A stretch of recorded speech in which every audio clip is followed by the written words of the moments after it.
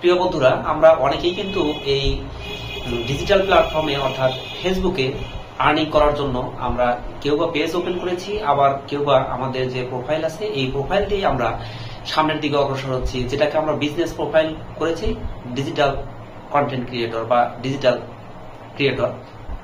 এখন এই ক্ষেত্রে আমাদের এই ফেসবুক পেজ এবং যে কন্টেন্ট ক্রিয়েটর বা ডিজিটাল ক্রিয়েটর এই দুইটার মধ্যে কিন্তু একটু কাজের মধ্যে পার্থক্য পরিলক্ষিত হয়। সেটা হলো, যেমন আপনি যদি প্রোফাইল দিয়ে কাজ করেন, অর্থাৎ যে প্রোফাইলটা আপনার ব্যক্তিগত প্রোফাইল, এই প্রোফাইলটাকে আপনি বিজনেস প্রোফাইল করেছেন। এখন এই প্রোফাইল কিন্তু আপনি প্রতিনিয়তই ব্যবহার করছেন কিসের জন্য? আপনি ধরুন কোনো একটা পেশায় নিয়োজিত আছেন, সেই ক্ষেত্রে আপনি কিন্তু আপনার যে পেশা রিলেটেড কিছু পোস্ট আছে, যে পোস্টগুলো আপনি পোস্ট করে থাকেন, যেগুলো আপনার যে প্রিয়জন আছে শুধু তারাই কিন্তু এই পোস্টগুলো দেখে থাকে, বা এই পোস্টগুলো তাদের সামনে যায় এবং সাময়িক সময়ের জন্য তাদের সামনে যাওয়ার পরে এই পোস্টগুলো আর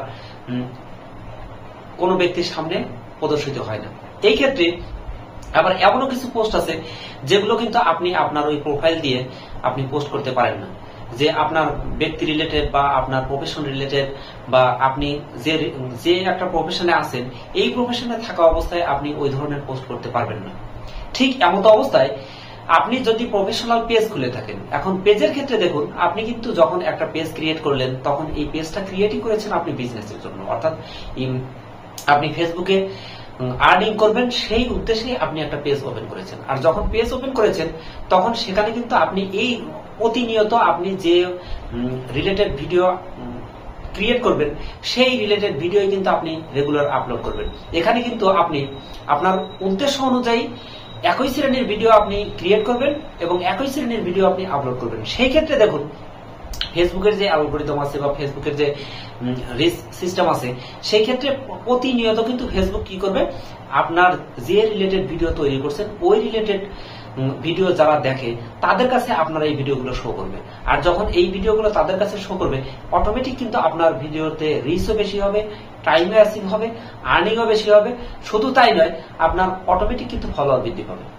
এই ক্ষেত্রে আপনার ভিডিও ভাইরাল হওয়ার চান্সও কিন্তু অনেক বেশি থাকবে, কারণ ফেসবুক সবসময় আপনার কি করবে, যে আপনার ভিডিওগুলো যারা প্রত্যক্ষদর্শী আছে বা যারা প্রতিনিয়ত এই ধরনের ভিডিও সার্চ করে বা সার্চ ইঞ্জিনে যারা এই ভিডিওগুলো খুঁজে থাকে, ঠিক তাদের কাছেই কিন্তু ভিডিওগুলো সাজেস্ট করবে। সুতরাং একটি যে প্রোফাইল দিয়ে কাজ করা আর একটি পেজ দিয়ে কাজ করা, এর মাঝখানে কিন্তু অনেক ডিফারেন্স আছে। অর্থাৎ ভিডিও ভাইরাল হওয়ার জন্য পেজের ভিডিওগুলোই সবচেয়ে বেশি দেখবেন ভাইরাল হয়ে থাকে, কারণ পেজে একই রিলেটেড এবং প্রোফাইলে আপনি এমনও কিছু ভিডিও আছে প্রোফাইল দিয়ে আপনি ওই পেশায় থেকে আপনি ওই ভিডিওগুলো ওইভাবে আপলোড করতে পারবেন না। সুতরাং যে আপনি নিজেই বুঝতে পারছেন যে আসলে প্রোফাইল দিয়ে কাজ করার সুবিধা নাকি পেজ দিয়ে কাজ করার সুবিধা, সেই ক্ষেত্রে আমি বলবো আপনার কাছে যেটা স্বাচ্ছন্দ্য বোধ মনে হয় আপনি সেটা দিয়ে আপনার সামনের দিকে অগ্রসর হন।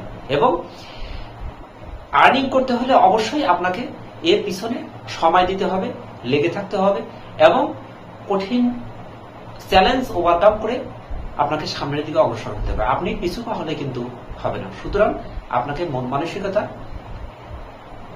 স্থির করে মেন্টালিটি স্যাটিসফ্যাকশন নিয়েই আপনাকে সামনের দিকে অগ্রসর হতে হবে। সুপ্রিয় দর্শক বন্ধু, সাথে থাকুন, ভালোবাসা অবিরাম, এই প্রত্যাশায় বিদায় দিচ্ছি। আল্লাহ হাফেজ।